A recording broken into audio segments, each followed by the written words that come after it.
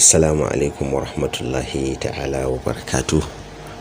Yan uwa mu ne muku fatan alkhairi, muna roƙon Allah ya riga ya biya mana bukatun ya da tattamu alkhairin duniya wa lahira. Muna ƙara gode wa Allah ya kawo mu wannan rana. Yan uwa, a yau mun zo muku da wata addu'o'i daga alƙur'ani. Waɗannan addu'o'i ne daga alƙur'ani mai girma, wanda insha Allahu tabaraka wa ta'ala muke sa ran samun karɓuwar su a wajen Ubangiji subhanahu wa ta'ala. A yau addu'a ce ta neman samun gida. Yan uwa waɗanda suke suna so su yi aure, samari, amma babu maskani, babu wurin da za a riga a zauna, babu yadda za a yi a zauna, ba gidan, babu kuɗin gidan, babu kuma wasilar samun gidan. Babu wata hanya da za a riga a bi face a isti'ana, wato a nemi dogaro da Ubangiji, a dogara ga Ubangiji, a roƙe shi a samu wannan biyan bukata. Da kuma yan uwa waɗanda suke gidajen haya suke so su tashi, ko ga waɗanda suke gidajensu ya zama doce yayin musu kankanta, suna so su ma su rika su bar gidajen da suke ciki su koma gidaje manya yalwatattu, waɗanda su samu kwanciyar hankali da nutsuwa da kuma samun faɗin wuri. Kamar da dai na riga na faɗa,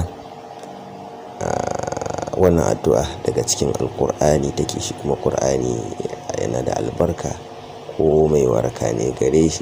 Duk abin da ke cikin alƙur'ani waraka ne, kuma ana amfani da shi wajen roƙon Ubangiji domin a sami biyan bukata. Kuma kafin mu shiga wannan bidiyo namu, muna roƙon yan uwa da su riga su yi wa wannan tasha ta mu ta addu'o'i da wurdi daga alƙur'ani da sunna, su yi like din bidiyoyin nan namu, su kuma subscribe da wannan tasha ta mu, sannan su sharing ga waɗansu bidiyoyi da muke da su. A yau yan uwa muna da surori, aya ce da kuma ta sura. Farko zan fara magana ta surar. Wannan sura ita ce sura daga cikin izbi ɗaya na alƙur'ani na ƙarshe da muke koyawa, izbin sabbi isma rabbikal a'la. Tana daga ciki wanda kuma yawancin mu a karatukan mu na farkon rayuwa na yaranta, yawancin mu mun karanta wannan sura. Wannan sura ita ce suratul fajr, wato surata wal fajr wa layalin ashr.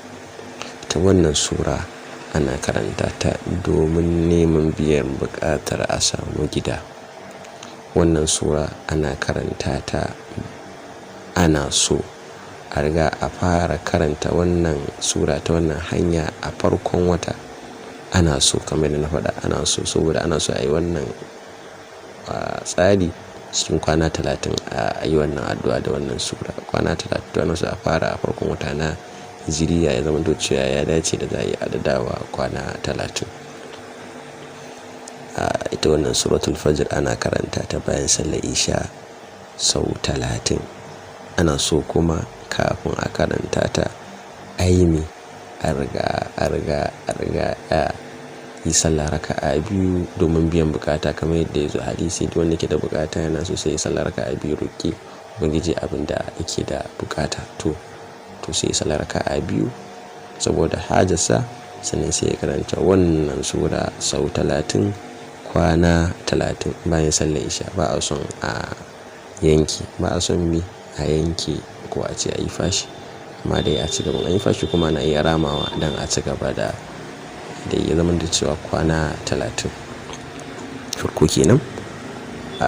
Kuma in aka karanta suran nan, to kafin a yi ta ya kamata a yi salati ga manzon Allah sallallahu alaihi wasallama, sannan ya istighfari, sannan kuma a rufe bayan an gama.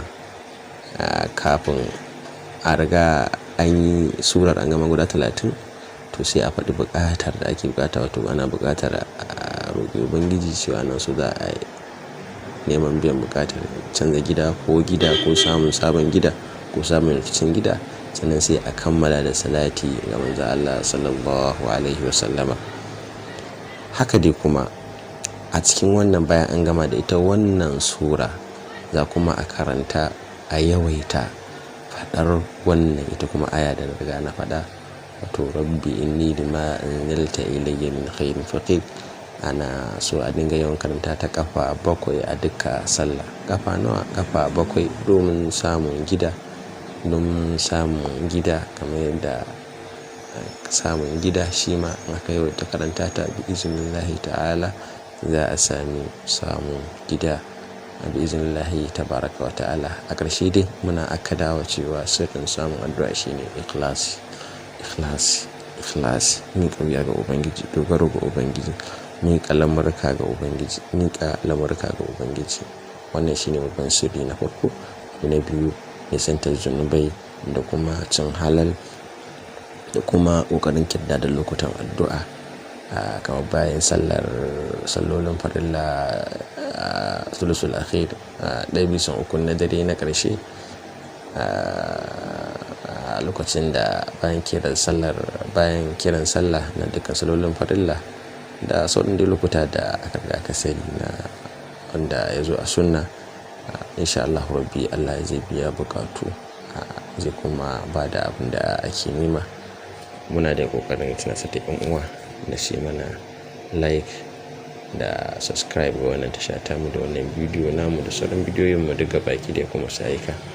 Muna kuma tunasar da yan uwa kular salati ga manzon Allah, cewa salati ga manzon Allah yana kawo ci gaba a rayuwa da kwanciyar hankali da nutsuwa da kuma samun dace wajen Allah da kuma biyan bukata da samun ɗaukaka cikin mutane. Za mu ƙara rufe da Allahumma salli ala Muhammadin wa ala Muhammadin kama sallaita ala Ibrahim wa ala ali Ibrahim innaka Hamidum Majid, wa barik ala Muhammadin wa ala ali Muhammadin kama barakta ala Ibrahim wa ala ali Ibrahim innaka Hamidum Majid. Wa akhiru da'wana alhamdulillahi rabbil alamin. Wassalamu alaikum wa rahmatullahi ta'ala wa barakatuh.